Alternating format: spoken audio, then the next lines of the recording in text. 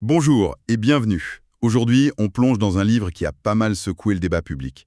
Logocratie de Clément Viktorovitch. Sa thèse est assez percutante. En gros, il nous dit que le mensonge en politique a changé de nature.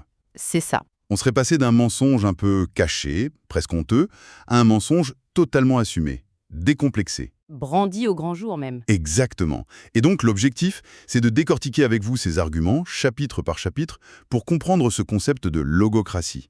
Un pouvoir par les mots, qu'il applique à Trump, à Boris Johnson, mais aussi, et c'est là que ça devient intéressant, à la politique française sous Emmanuel Macron.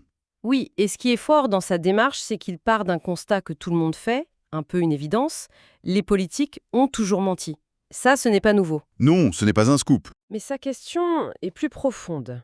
Il demande « et si quelque chose s'était brisé récemment ? Et si le mensonge d'aujourd'hui n'était plus le même qu'hier ?»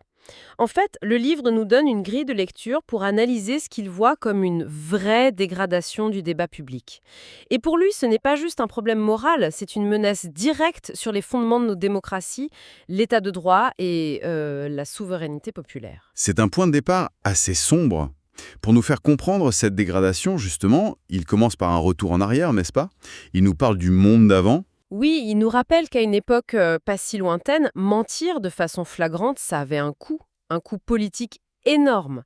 Il prend des exemples très connus, l'affaire Cahuzac en France, Ah oui, le fameux les yeux dans les yeux. c'est ça, ou le scandale Clinton-Lewinsky aux États-Unis. Et ce qui est fascinant, c'est que dans ces deux cas, ce n'est pas tant la faute de base, la fraude fiscale ou l'adultère qui a tout fait exploser, c'est le mensonge, le parjure. Le fait d'avoir menti publiquement, sous serment. Exactement. C'était considéré comme la faute suprême. Ça pouvait mettre fin à une carrière politique, c'était un tabou, Un tabou qui, selon Viktorovitch, a complètement volé en éclats. totalement. Pour lui, le point de bascule, c'est 2016. Une année charnière avec l'élection de Trump et le Brexit. Là, le mensonge change de statut. Ce n'est plus un accident, une faute qu'on essaye de cacher. Ça devient un outil, une stratégie. Une stratégie de communication assumée. Complètement.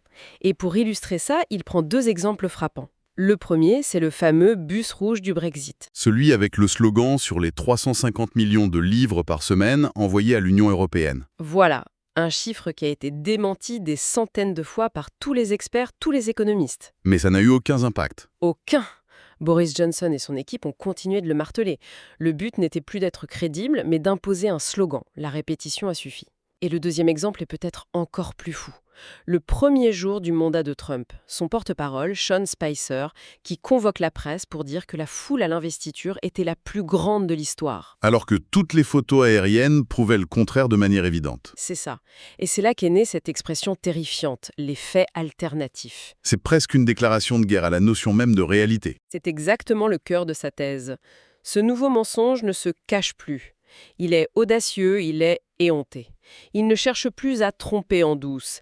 Il vise à saturer l'espace pour imposer sa propre réalité, pour montrer sa toute-puissance. C'est caméléance. Je peux dire une énormité et vous ne pourrez rien y faire. Bon, jusqu'ici, on est sur des exemples Trump, le Brexit, qui ont été beaucoup analysés. Mais là où le livre devient vraiment provocateur, c'est quand il applique cette grille d'analyse à la France, et en particulier à la présidence d'Emmanuel Macron, qui s'est souvent présenté comme un rempart de la raison contre le populisme. Oui, et il sait très bien que cette partie de son analyse va faire débat. Il le dit lui-même, mais il s'attache à documenter de manière très méthodique que derrière un style plus policé, plus technique, on retrouverait en fait les mêmes mécanismes. D'accord. Alors, donnons des exemples concrets tirés du livre pour que ce soit clair. Il y a d'abord ce qu'il appelle les déclarations niées. Je pense à l'épisode du Gaulois réfractaire au changement. Oui, une petite phrase, une saillie captée par les caméras, et le réflexe de l'Élysée, rappelé dans le livre, n'a pas été d'assumer, mais de nier, de dire que le président avait dit le contraire. Alors que la vidéo était en ligne, accessible partout. C'est un cas d'école du fait alternatif à la française. On nie l'évidence, même quand la preuve est là, sous nos yeux. Il y a un autre type de mensonge analysé, celui pour masquer un échec. Et là, l'exemple le plus spectaculaire, c'est le fiasco de la finale de la Ligue des Champions au Stade de France. Ah oui, le chaos total. Et la réaction immédiate du ministre de l'Intérieur, Gérald Darmanin, c'est d'inventer ce chiffre incroyable. Les 30 000 à 40 000 supporters avec des faux billets. Voilà, Un chiffre tellement énorme qu'il a occupé tout l'espace médiatique, le temps que l'UEFA démente officiellement, en disant qu'il y en avait eu moins de 3000, le mal était fait, la première narration s'est imposée. Mais est-ce qu'on peut vraiment comparer le mensonge de Trump sur la foule, c'est presque absurde, narcissique. Celui de Darmanin, c'est technique, ça s'habille de l'autorité de l'État. Le style ne change pas le fond. C'est une très bonne question, et le livre suggère que non, le fond reste le même. La forme est différente, bien sûr. L'un est brutal, l'autre se veut rationnel. Mais la fonction est la même, utiliser une contre-vérité flagrante pour construire un récit politique qui arrange le pouvoir. Et l'auteur monte encore d'un cran en gravité avec ce qu'il nomme le mensonge d'État. Et là, il prend l'exemple de la gestion des masques au début de la pandémie. Là, on touche à des questions de santé publique, c'est encore autre chose. Tout à fait. Le livre retrace la chronologie Christer.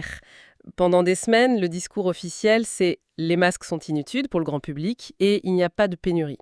Or, l'enquête sénatoriale qu'il cite a montré que le gouvernement savait que les stocks étaient vides et qu'il a sciemment dissimulé cette impréparation. Le mensonge était un choix pour masquer une faillite de l'État. Ce qui nous amène à la question clé. Mais comment ça marche? Comment ces mensonges, parfois énormes, peuvent-ils fonctionner? C'est là que Viktorovitch parle de la post-vérité. Oui, et il donne une définition intéressante. Pour lui, la post-vérité, ce n'est pas tant qu'on ment, c'est que l'effet objectif compte moins que l'appel à l'émotion ou à l'identité. Et il nuance un peu l'idée des bulles de filtre, on serait enfermé par les algorithmes. Ah, ce n'est pas tout à fait ça, selon lui. Non, les recherches qu'il cite montrent que c'est plus subtil. En fait, on est très exposé aux avis contraires. Le problème, ce n'est pas qu'on ne les voit pas, c'est qu'on a des mécanismes pour les disqualifier d'office. On n'est pas dans des bulles de filtre, mais dans des chambres d'écho. Et la différence, c'est quoi? Dans une chambre d'écho, les arguments contraires entrent, on les entend, mais on les rejette sans même les examiner parce qu'on juge la source illégitime. Les médias sont vendus, les scientifiques ont un agenda. C'est ça, c'est une sorte de bouclier qui nous rend imperméables à tout ce qui contredit nos croyances. On entend, mais on n'écoute plus. Et cette imperméabilité serait renforcée par des stratégies de langage très précises, utilisées par le pouvoir. Absolument, c'est le cœur de la logocratie. Il analyse par exemple les concepts épouvantails. L'exemple qu'il développe, c'est le terme islamo-gauchisme. Un terme qui a fait couler beaucoup d'encre. C'est une formule parfaite, en un sens. Elle n'a aucune définition scientifique, personne ne s'en revendique, mais elle est très efficace pour jeter le discrédit sur des adversaires politiques ou universitaires. C'est une arme de disqualification. On colle une étiquette pour ne pas avoir à débattre sur le fond. Précisément. Et l'autre stratégie, encore plus perverse peut-être, c'est la subversion des concepts. Il prend l'exemple du revenu universel d'activité d'Emmanuel Macron. Ah oui. Il reprend un concept phare de la gauche, popularisé par Benoît Hamon, mais il le vide de toute sa substance. Sa proposition, ce n'est qu'une fusion d'aides sociales existantes avec une contrepartie obligatoire. C'est l'inverse du concept d'origine. C'est une sorte de hold-up sémantique en fait. C'est une neutralisation. On prend un mot qui a une charge positive, contestataire, et on le retourne pour servir sa propre politique. C'est très, très efficace. On voit bien la mécanique. Mais le livre ne s'arrête pas là. Il se termine sur les conséquences très concrètes de cette logocratie sur la démocratie elle-même. Oui, le dernier chapitre est le plus inquiétant. Pour Viktorovitch, ce système s'attaque directement aux deux fondations de notre contrat social. D'abord, l'état de droit. Quand le pouvoir ment sur les violences policières ou quand il présente des lois qui restreignent les libertés, comme les lois anti-casseurs ou sécurité globale, comme de simples protections, eh bien, il affaiblit l'état de droit. D'ailleurs, le livre rappelle que le Conseil constitutionnel a dû censurer des parties de ces lois. Exactement. Le mensonge sert de porte d'entrée à une forme de dérive autoritaire. Ça, c'est le premier pilier. Et le deuxième pilier, c'est le lien entre les citoyens et le pouvoir. C'est le deuxième pilier, oui. La souveraineté populaire. Et l'exemple le plus frappant pour lui, c'est la Convention citoyenne pour le climat. La fameuse promesse de reprendre les propositions sans filtre. Une promesse extrêmement forte, solennelle même. Et le livre fait le décompte, qui est assez cruel. Le projet de loi final n'a été qu'une version très affaiblie des propositions. Un rapport cité dans le livre montre que seules 18 propositions sur 149 ont été reprises telles quelles. Les citoyens de la Convention ont d'ailleurs eux-mêmes noté le gouvernement 3,3 sur 10. C'est une note très sévère. Pour l'auteur, c'est un cas d'école. On utilise le grand discours sur la démocratie participative, mais au final, on ignore le résultat. La parole publique se déconnecte totalement des actes, et ça détruit la confiance. Donc pour résumer la thèse, on n'est plus dans le mensonge comme accident, mais comme système. Une technologie du pouvoir qui tord le langage pour rendre des choses acceptables et qui, au final, fragilise les fondements même de la démocratie. C'est sa conclusion, oui. Elle est assez pessimiste. Et ça nous laisse avec une question vertigineuse. D'ailleurs, il fait le parallèle avec des penseurs comme George Orwell et la double pensée, ou Hannah Arendt, qui alertaient sur la destruction d'un monde factuel commun comme condition au totalitarisme.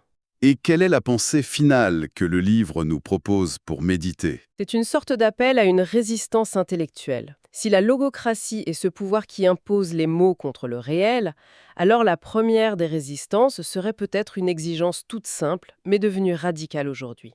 Celle de nommer les choses correctement, d'exiger des gouvernants qu'ils répondent de leurs paroles comme de leurs actes. Finalement, la bataille pour la démocratie serait peut-être avant toute chose une bataille pour le sens des mots.